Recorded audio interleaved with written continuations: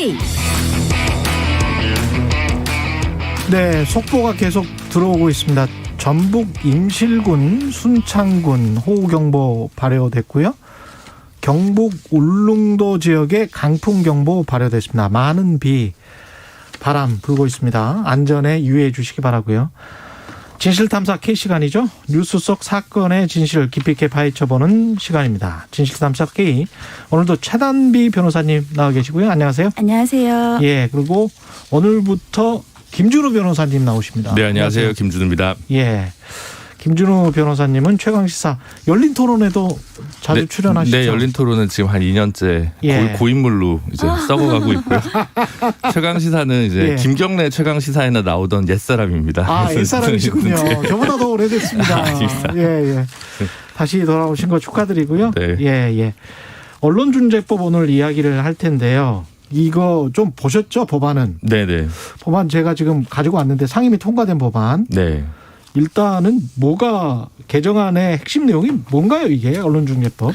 이제 징벌적 손해배상 개념을 언론중재법에 이제 집어 넣은 게 가장 핵심적인 부분이라고 할 수 예. 있고요. 특히 예. 이제 징벌적 손해배상은 현재 뭐 열 몇 가지 법에 우리 법에 이미 좀 들어와 있습니다. 그런데 이제 언론중재법에도 넣은 것이고요. 예. 최대 5배까지 예.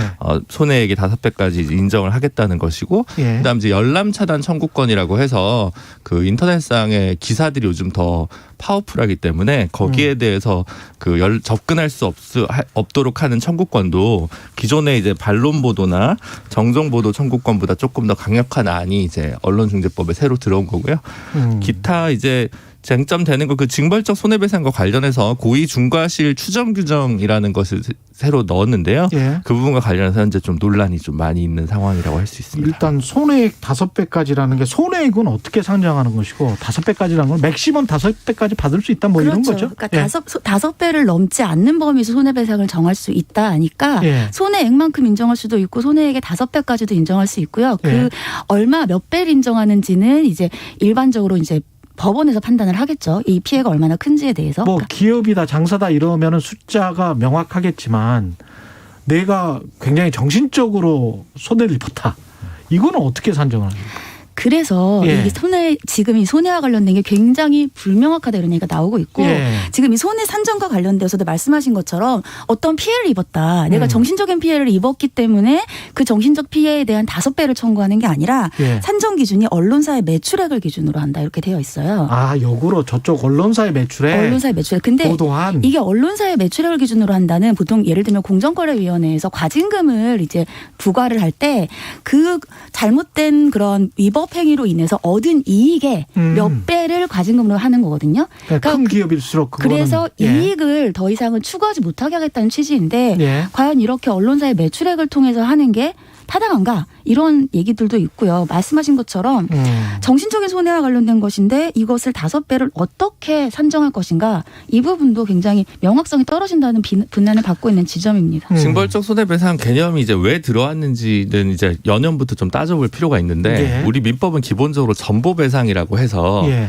그러니까 내가 입은 피해만큼 이제 손해를 위자받을 수 있는 거거든요. 예. 기본적으로 경제적 예. 손해 갈등에서. 그러니까 그렇죠. 징벌적 손해배상이 지금 뭐 부정경쟁 하도급법이나 이런 데 들어와 있는 이유가 아니면 누가 배임을 했다. 예를 들어 최경영 기자가 뭐 방송국에서 돈을 받아야 되는데 예. 방송국에서 돈을 받고 개인 유튜브를 열어서 슈퍼챗으로 떼돈을 벌었다. 아, 그럼 방송국이 입은 손해는 뭐냐면 그런 그냥 경우가 월급이에요. 월급. LH 같은 경우에 있었죠. 네. 그러니까 월급만큼 토해내면 되는데 예. 자기가 얻은 이익에 대해서 토해내는 게 아니거든요. 그럼 슈퍼챗이나 뭐 유튜브로 돈을 엄청 벌었어도 예. 그 돈을 다 토해내게 하고 있진 않아요. 어. 현재 그 전보배상이란 개념이. 예. 그러면 위법을 하더라도 내가 얻는 이익이 더 많다.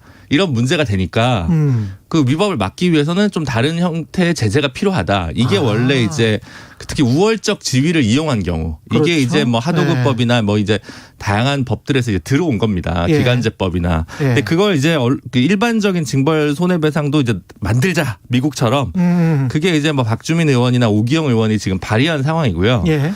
이제 언론중재법에도 이걸 넣은 건데 이제 경제적 피해는 뭐 사실 손해인 경우도 있죠. 예를 들어 뭐 특정 언론에서 뭔가 어느 식당이 문제다라고 해가지고 폐업하게 됐을 경우에 이제 그 손해라든가 이제 이런 문제가 예전에 좀 발생한 적들이 있지 않습니까? 언론 보도 때문에 그랬던 아주 대표적인 케이스가 있긴 있죠. 네. 예. 그런 경우도 있고 그다음에 이제 정신적 위자료 같은 경우는 현재 60% 이상의 사건이 60% 정도의 사건이 위자료를 이제 500만 원 이하로 인정이 되니까 예. 그럼 경제적 피해는 되게 애매한데 신상은 털린 경우 그렇죠. 이런 경우 이제 위자료를 좀 액수를 이제 넣어야 되지 않냐라고 예. 이제 하는 의견들이 좀 많이 있었던 거죠. 근데 그래서 징벌적 손해배상까지는 저도 이제 말하자면 그 취지. 네, 이제 동의를 하는데 예. 이걸 구체화하는 과정에서 지금 생겨나는 이 법안, 법안의 내용의 디테일이나 좀 세밀함이 좀 부족해서 예. 요대로 통과하는 것은 조금 아까 최단비 변호사님 얘기했던 뭐 명확성 원칙에 위반된다든가 여러 가지 예. 몇 가지 문제가 있어서 충분한 수기가 필요해 보입니다. 저는 이런 예를 들면 허위 언론 보도라든지 잘못된 언론 보도에 의해서 피해가 발생하는 거에 대해서는 예. 반드시 구제 수단이 생겨야 되고 여기에 대한 개선이 필요하다고 생각을 합니다. 근데 예. 그 개선 방안이 과연 징벌적 손해배상이 유일한 수단인가? 저는 좀 변호사님의 생각이 달라요. 징벌적 손해배상에서 영미법 얘기를 하셨는데 예. 영미법에서 징벌적 손해배상 제도를 규정하는 이유는 징벌적이란 의미에 나와 있어요. 예. 형사로 제재를 하지 않기 때문에 형사법으로 처벌하지 않기 때문에 예. 손해배상으로서 처벌과 같은 의미의 그런 배상을 제공하겠다는 거예요. 그러네. 근데 우리나라는 영미법과는 다른 대륙법계 국가라고 해서 예. 독일의 법을 이수하고 있습니다. 예. 우리는 명예훼손을 처벌을 하고 있죠. 정정보도나 반론보도 처분권이 다 있어요. 예. 영미법은 우리만큼 강하게 처벌하지 않습니다. 그렇기 때문에 처벌 대신 손해배상 제도를 갖고 온 거고요. 그러면 제가 지금 이렇게 말씀드리는 게 징벌적 손해배상 제도를 그럼 안 들여오면은 그럼 언론이 그렇게 하도록 그냥 두는 거냐. 그게 아니에요. 지금도 손해배상 청구를 할 수 있잖아요. 근데 말씀하신 것처럼 정신적 손해배상 같은 경우는 금액이 너무 낮아요. 그렇죠. 낮은 게 문제예요. 그러니까 지금 있는 법 제도 내에서 예. 집행을 제대로 하면 굳이 징벌적 손해배상 제도를 갖고 올 필요가 없다라고 저는 생각을 하거든요. 근데 법원에서 판례가 거의 그렇게 높게 하는 경우는 거의 없지 않습니까? 근데 판례는 법이 아닙니다. 우리나라는 판례가 법이 아니에요. 대법원 예. 판례가 있다 하더라도 판례를 바꿀 수가 있거든요. 예. 영미법계 국가는 달라요. 영미법 국가는 판례가 법과 같은 개념인 거고 예. 우리는 충분히 바꿀 수 있기 때문에 바꾸면 되는 것이고요. 물론 지금 현재 개정안에서는 우리가 그러니까 사실적시에 의한 명예훼손을 더 이상 처벌하지 않기로 해서 형평을 맞추겠다. 근데 징벌적 손해배상을 하려면 언론사에 고의과실이 있어야 됩니다. 그런데 고의과실로 잘못된 사실관계를 적시하면 그게 어떻게 사실적시에 명예훼손이 될 수 있겠어요. 고의과실 관련해서도 이 고의라는 그 액츄얼 멜리스 이 조항과 관련해서 피해자가 언론 보도로 인한 피해자가 입증하게 돼 있단 말이죠. 네, 이건 원칙적으로. 의료법에서 환자가 입증하는 것처럼 입증이 거의 불가능한 상황인 것 같은데 이 법 그대로 하면 지금 그러니까 고의 중과실 추정 규정이 있는 이유가 그건데 예. 그러니까 이제 소위 증거의 구조적 편제라는 재미없는 말이 있잖아요. 그러니까 그러니까 소송 당하는 쪽이 훨씬 더 전문가여서 소송을 하는 원고 입장에서는 증거를 증명하기 어려우니 상대방이 그렇죠. 증명해라. 그렇죠. 소위 입증 책임의 전환 원리가 이제 적용되는 법제가 있는데 이 법에도 이제 그게 들어가야 되는 거 아니냐 예. 이런 주장들이 있는 거죠. 했다가 그게 이제 빠졌죠. 그렇죠. 예. 근데 그래서 이제 요게 지금 뭐 왔다 갔다 하는데 저는 예를 들어 지금 이번 민주당에서 상임위를 통과한 법안에 연원을 따져보면 법안이 한 16개 정도가 있었고 예. 그게 민주당의 대안으로 만들어졌다가 안건조정위에서 또 수정되는 일련의 과정이 있었어요. 그 처음에 뭐 원포인트로 이제 입법 발의된 법안들 보면 그냥 입증 책임 전환이나 뭐 고의 중과실 추정 규정은 전혀 안 들어와 있고 예. 그냥 징벌적 손해배상에서 이제 5배까지 혹은 3배까지 손해배상을 할 수 있다. 요것만 들어간 경우도 있거든요. 예. 사실 이랬으면 아마 크게 논란이 좀 적었을 겁니다. 그러니까 지금 요 그 징벌적 손해배상 저는 이제 계속 말씀드리지만 들어오는 자체는 이미 10몇 가지 법에 우리나라에 이미 들어와 있어요. 예. 그러니까 이제 그 자체가 문제라기보다는 이제 그거까지 가는 과정이나 디테일한 설계 이 부분에서 조금 급하다. 민주당이 너무 예. 이렇게 비판하면 이렇게 바뀌고 저렇게 예. 하면 저렇게 바뀌잖아요. 조금 더 수기를 해야 된다 그런 네. 입장이시고 그렇습니다. 최단비 변호사는 이 법 자체가 법안 자체가 아니요, 그런 문제가 건 있다? 아니고요. 언론과 관련된 잘못된 거를 개정은 하면 되지만 예. 일단 그래서 이게 그 자체 법의 개정안이에요. 예. 개정안이 제가 보기엔 말씀하신 것처럼 상당히 성급하게 만들어졌고 법을 성급하게 만들면 그 피해는 고스란히 국민한테 옵니다. 그렇습니다. 다시 예. 이 법을 다시 개정하기 정말 어려워요. 예. 그러니까 밀어붙이는 게 지금 능사가 아니다. 이제 그런 입장입니다. 예. 열람 차단 청구권은 어떤 문제가 있을까요?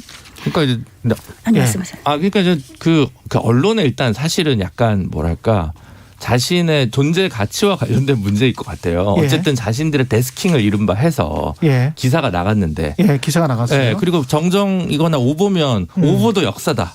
그렇죠. 그리고 이제 자신들이 반성문을 쓰든 언론사가. 언론사가 직접 해야 되는데 예. 이건 이제 저쪽이 상대방 이거 허위 조작이니까 차단을 청구해가지고 결국 이제 중재위나 이런 데서 결정하면 그 자체가 접근 금지가 되는 기사가 되는 거잖아요. 그러니까 정경 보도만 하는 게 아니고. 네, 완전히 차단이 되니까 예. 뭐 어떻게 보면 뭐 관의 어떤 과도한 통제 이렇게 좀 이해될 수도 있고 그 느끼는 공기가 좀 다른 것 같습니다. 말하자면. 근데 이제 언론 피해자들 입장에서 봤을 때는 처음에 나간 보도들이 너무나 셌기 때문에 그렇죠. 그것만 각인이 되고 네. 나중에 정정 보도가 6개월 후에 또는 1년 후에 나갔는지 안 나갔는지도 모르게 된단 말이죠. 맞습니다. 그것 때문에 이제 분통 터뜨리는 분들도 많은데 이게 좀 어떻게 해야 되죠? 이거는?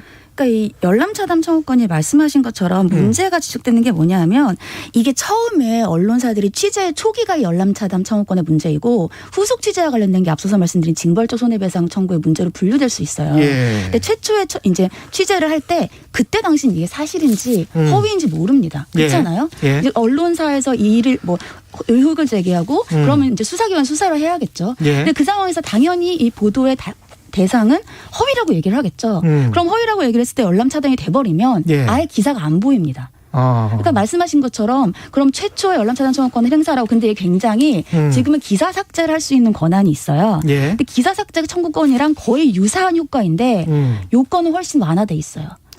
그러니까 쉽게 기사를 열람 차단을 할 수 있고 그럼 못 봅니다. 예. 그러면 그 뒤에 인용 보도라든지 후속 보도는 없는 거예요. 그러니까 말씀하신 것처럼 그러면 좀 소위 고위자들이라든지 이런 사람들이 예. 자신의 의혹을 더 이상 확산되는 걸 막을 수 있는 문제가 있다.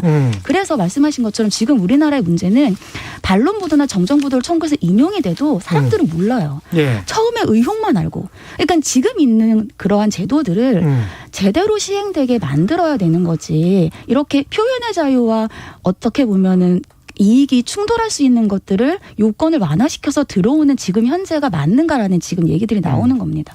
참 언론인으로서는 좀 부끄러운 게 법안 내용에 기사의 본질적인 내용과 다르게 제목, 시각 자료를 조합하여 새로운 사실을 구성하는 등 기사 내용을 왜곡하는 경우 이게 이제 4번에 있더라고요. 네, 요게 제일 많아. 요게 좀 문제예요. 근데 이걸 보는 순간에 제가 너무 얼굴이 뜨거워져 가지고 이거는 사실은 이제 한국 언론의 잘못된 관행이거든요. 그렇죠. 그래서 언론계가 스스로 자정해서 고쳐야 되는데 너무 이런 짓을 많이 하니까 이제 이게 법안으로까지 나왔는데 이걸 법으로 그렇죠. 할 수 있나? 이게 문제가 뭐냐면 예. 제목 낚시성이 있어가지고 그래요. 그거 말하는 거예요. 내부 지금. 기사를 보면 예. 뭐 내용이 그렇게 비판적이지 않은데 제목만 보면 천인공노할 일이 있고 그렇죠. 그러면 이제 저도 뭔가 언론과 관련된 일을 할 때 바이라인 달린 기자분한테 전화를 합니다. 예. 그럼 기자분이 웃어요. 예. 이 제목 자기가 다는 거 아닌 거 알지 그렇지. 않냐. 데스크가 다 알거든요. 데스크가 달거나 이제 네. 그 인터넷용 그쪽에서 편집을 하시거나 이런 일들이 비일비재하니까